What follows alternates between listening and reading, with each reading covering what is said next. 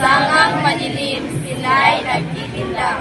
Informal na sektor, buhay ay gumigina. Walang katiyakan, walang proteksyon din.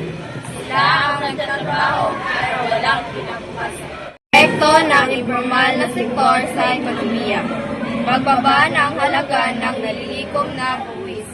Ito ay nangangahulugan ng malaking pagbawas sa kabuuang koleksyon o maaaring kitain ng pamahalaan sa pangongolekta ng buwis. Sa kabahanan ng mga mamimili. Ang mga mamimiling tumatangkilik dito ay maaaring mapahamak, maabuso o mapasamantalan. Naratanap ng mga iligal na gawain.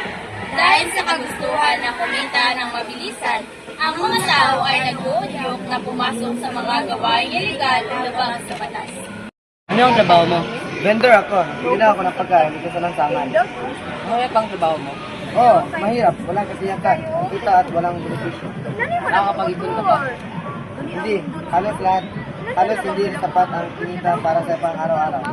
May insurance ka ba? Wala. Kaya nagka-stress pag may sakit o aksidente.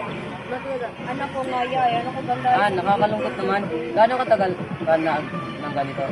5 taon na, pero wala pa rin pagbabago. Anong gusto mong mangyari? Gusto ko sana magkaroon ng regular na trabaho at benepisyo.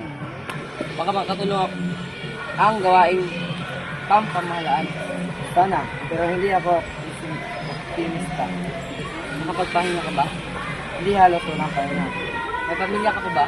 Oo, asawa at 2 anak. Saan sila nag-aaral? Sa public school, hirap din sila. Nakakalungkot naman. Ano ang plano mo? Gusto ko sana makapag-aral sila at magkaroon ng mas mabuting buhay. Makakatulong ka ba sa kanila? Ganon ang plano ko, pero mahirap.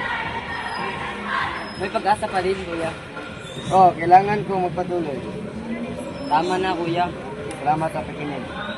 Lord, we thank you for all the blessings that you have given us. We are sorry for all our faults and humbly ask for your forgiveness. Teach us love one another and to love you more each day. And that's all. Thank